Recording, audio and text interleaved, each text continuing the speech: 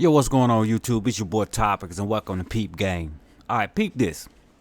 Now while everybody talking about Will Smith slapping Chris Rock, you know what I'm saying, and just letting this shit go viral, it's real important shit going on, especially in our community that we could be talking about. I'm gonna jump into this video and I salute Mechee X, you know what I'm saying, for doing this short documentary. So y'all, I would like, matter of fact, y'all go subscribe to, her page, because she do drop some real gems, you know what I'm saying? But anyway, let's get in this video and see if we can find some real teachable moments besides, Will Smith smacking Chris Rock. Let's jump in this shit.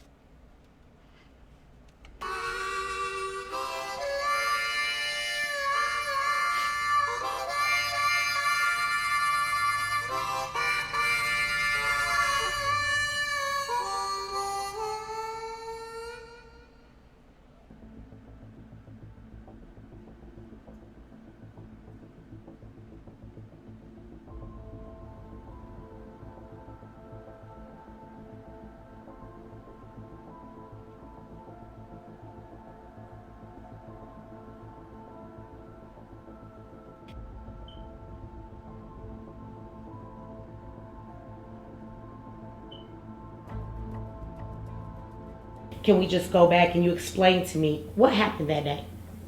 Alright, so it was just like a normal day for me. Like, I'm just delivering my packages.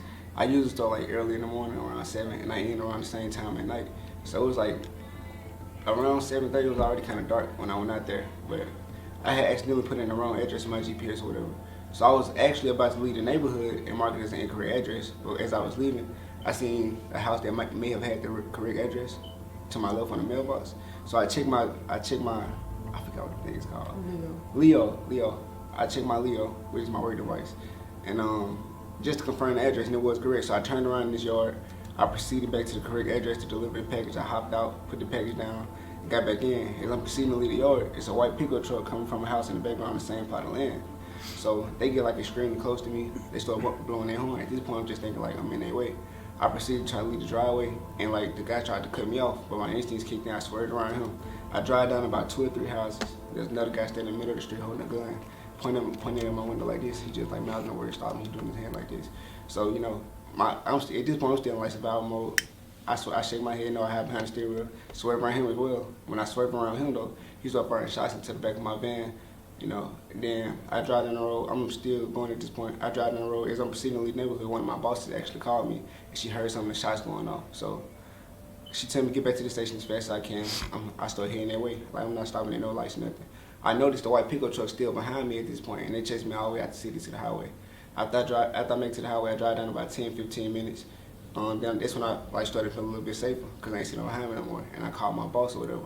I let him know what was going on, and he was like, we'll file a police report tomorrow. I knew like if I had to wait until the next day, they was gonna ask me like, why you ain't come in tonight? So I went ahead and took it upon myself to call them.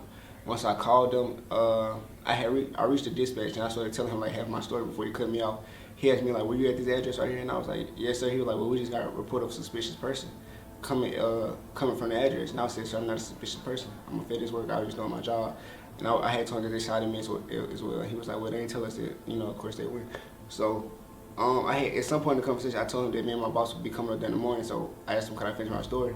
He was like, well, if y'all come up here tomorrow, I'm gonna just take your name down and give it to my supervisor. At that point, I went back to the station. The supervisor who actually called me while I was going on, we checked the back of the van. It was like bullet holes all in the back of the van. Inside packages that was like right behind me, all type of stuff like that. So we had to fill out a report for work. And once I did that, they let me go home. I came back the next day and we went to the police station to fill out a report as well. And when I got there, they wasn't taking me serious. I dealt with 3 officers. The first one, he was like taking down my statement, and I was just telling him everything that was going on, but he kept switching on my words. So I tell him, Alright, now peep game. So let me get this straight. Now for all y'all motherfuckers out there who speaking on this Will Smith and Chris Rock, especially the ones, I ain't gonna call no names out, Jim Carrey, who feel like Will should be under the jail, you know what I'm saying, or should be locked up. That's allegedly, that's what he said. Why we ain't talking about this shit? You don't think these white boys should be locked up under the jail For all you, you know what I'm saying, black YouTubers who feel like y'all, the only thing y'all want to talk about is Will Smith and Chris Rock. Y'all don't think this shit right here is more important? Oh, I get it. If they would have killed him, then everybody be talking about it. Because it'll pick up more clickbait. You see what I'm saying? It'll be Black Lives Matter. But I guess being this young man survived it, you know what I'm saying? You know, no harm, no foul. That's just, you know, my opinion. Hey. I'm like, this is what happened. He was like, so this is what you're saying happened? I'm like, no, sir, this is what happened. He did that about 3 or 4 times before we got the story right. After that, it was a second officer who was like basically observing the conversation. He asked me, he was like, well, let me ask, did you do anything to make them think you were suspicious? Which, of course, I was just doing my job. But I told him, like, I was just doing my job. You know what? Y'all make me sick. Y'all really make me sick. I'm being honest. You know, I try to get on here, you know, I try to, you know, give black people the benefit of the doubt. But I'm gonna be honest.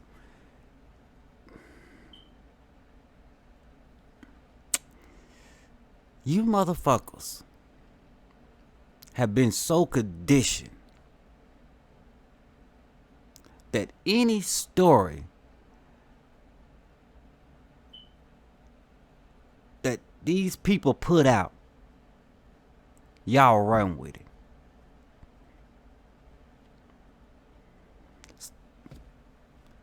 Chris Rock and Will Smith. Could Will Smith, maybe he could have handled it differently. But who the fuck am I to tell this man how to react to being disrespected?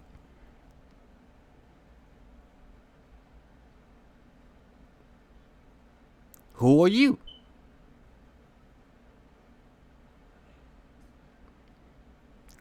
But instead of you talking about something that has substance,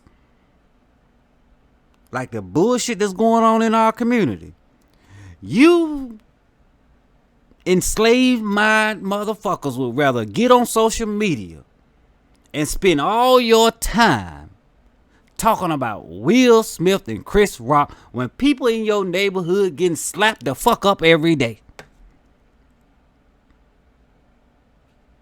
Because this is what y'all do. It's mess. It's gossip. It's negative. And for some reason, we love messy, negative shit. And then we'll turn around when we feel that we've been racially profiled, and we'll blame every fucking thing on the white man. In reality, it's your dumb ass. Because can't nobody do shit to you. Can't nobody do nothing, no more than you allow them to do to you. You allow them to pretty much dictate the way you think. You allow them to pick the narrative that they want you to go off of. How many of you motherfuckers seen the post from New York, the New York Post? How black women should marry white men, allegedly, to be successful. I think I seen that on YouTube. I think I seen one content creator talking about that. That's it. That's it. They put the shit on Instagram, but it didn't go viral like Will Smith slapping Chris Rock.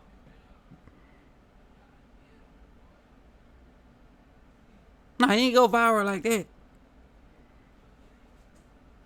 But yet, they put down black women and make it look like they can't be successful unless they got a white man on their arm. They put down black men as if all black men are shitty.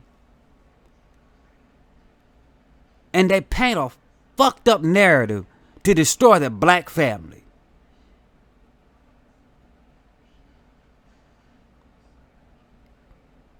But you will overlook that shit because Will Smith and Chris Rock, 9 times out of 10, will get your dumb ass more views. And you wonder why we in the position we in now. You wonder why we get treated the way we get treated now. You wonder why our youth are pushing this fucking gang violence and this fucking gang culture and this drill music like they're pushing it.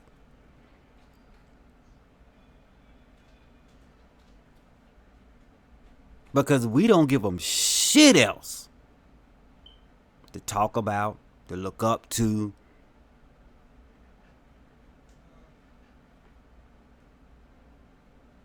Hell, us older, you know what I'm saying, black people, shit, we just as messy as the younger generation. So hell, we expect them to be better when we fucked up.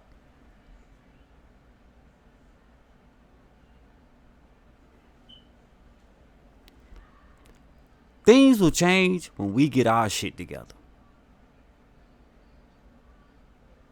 I thought I was gonna come on here and do a nice little video, you know what I'm saying, and pull out some teachable moments. But it's hard to do a video when you see shit like this, and then you think about the shit that's surfacing and damn just going viral on YouTube and Instagram. When you see shit like this, shit that we need to be talking about, don't get half the attention it's supposed to get, and then bullshit just go viral. This shit pisses me off. I'm your boy Pete Topics. This Peep Game. You teach of a fucking moment, you niggas gonna stay in the fucked up position you in now. Until you move that fucking the mess out of your life. That's all I got for you. I'm sorry. Get your shit together. I'm out.